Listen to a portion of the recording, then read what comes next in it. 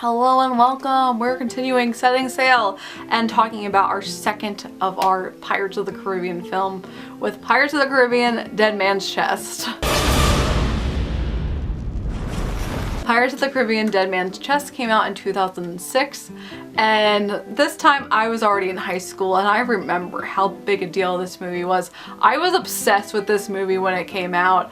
I saw this in theaters 3 times, and I normally don't go and see a movie in theaters that much, but I went 3 times to see this second sequel.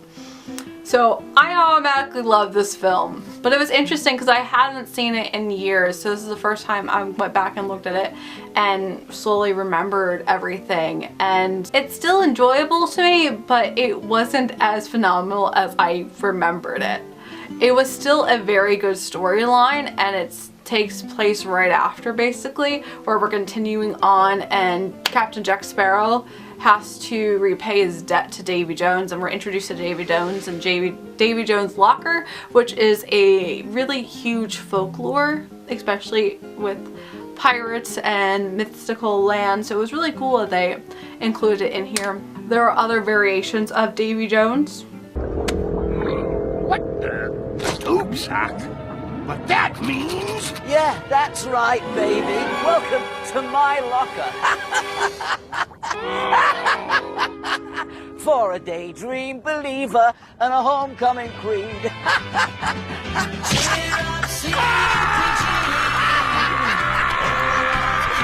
But this one is very serious compared to SpongeBob over here.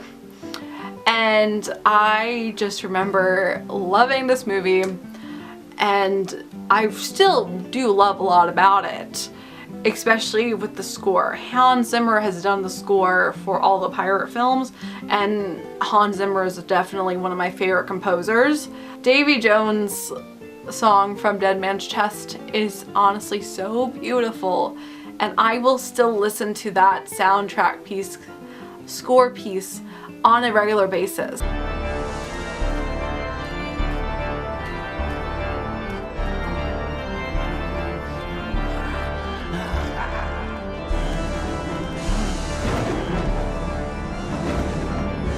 I will listen to this regularly because it's just breathtakingly beautiful.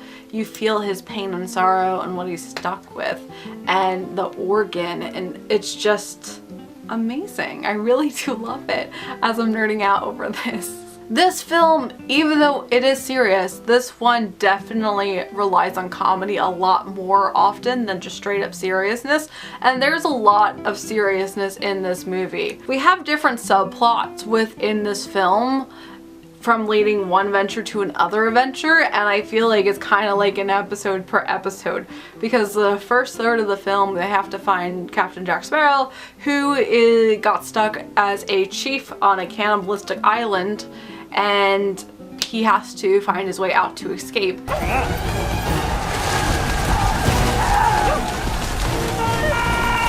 And mischief ensues. I never realized though until watching it again that his necklace is made of toes. And that is a very creepy yet hilarious idea. Oh, and then this is a movie that has I've Got Jive Dirt, and I've Got Jive Dirt has literally spawned so many memes. I think because it was 2006, this is when meme culture really started to get headway and actually exist. And oh, the remakes of I've Got Jive Dirt. And guess what's inside it? I've got Jive Dirt. I've got Jive Dirt. Jar of dirt going to help? If you want it, give it back.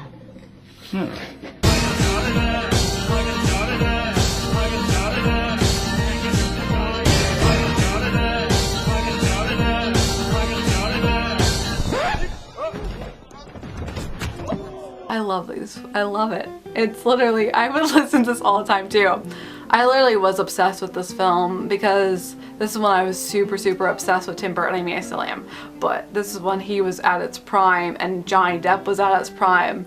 Tim Burton didn't do this film, but like Hot Topic was all Tim Burton and pirates, and it's really cool. You can actually see, I found On the Way Back Machine. their website, and you can see right here on the front page that we have Pirates and how much merchandise was dedicated to Pirates of the Caribbean.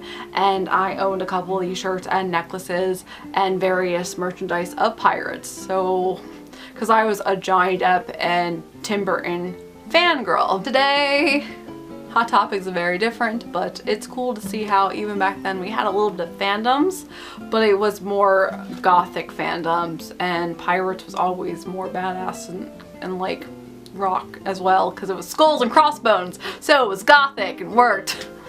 But it really is still a phenomenal film, and the way things turn out and the direction it goes in, and that we are introduced to Will Turner's father, who was stuck at the bottom of the ocean and now has to be a slave to Davy Jones, and Davy Jones' backstory, and Tia Dalma, first of all, is an amazing character as well. Same story, different versions, and all are true.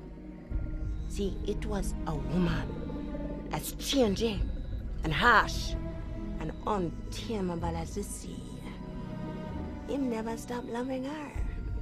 I need to also appreciate her for a minute because she is phenomenal. I feel like I need to cosplay as this because I forgot all about how fantastic she was. And again, they put so much detail into these films, and I remember even back, they were talked about behind the scenes that they know that people are fans of the original attraction, and the creators made sure to put little Easter eggs all over the place for people that were a fan of the attraction. So I give them amazing credit for it, and they did justice. They did more than it, and it's still phenomenal to watch. I actually like the first one better than the second one now, going back, because I feel like the first one is such a unique story, and how amazing they took this entire plot line from a simple boat ride attraction where you're just looking at pirates and literally fleshed out an entire trilogy of movies. Is fantastic. Again, nothing but praise for these films, and they are still holding up so strong. Tomorrow we're going to take a look at the third film on our series with At World's End. So stay tuned, and as always, I hope you have a magical day, and I will see you real soon.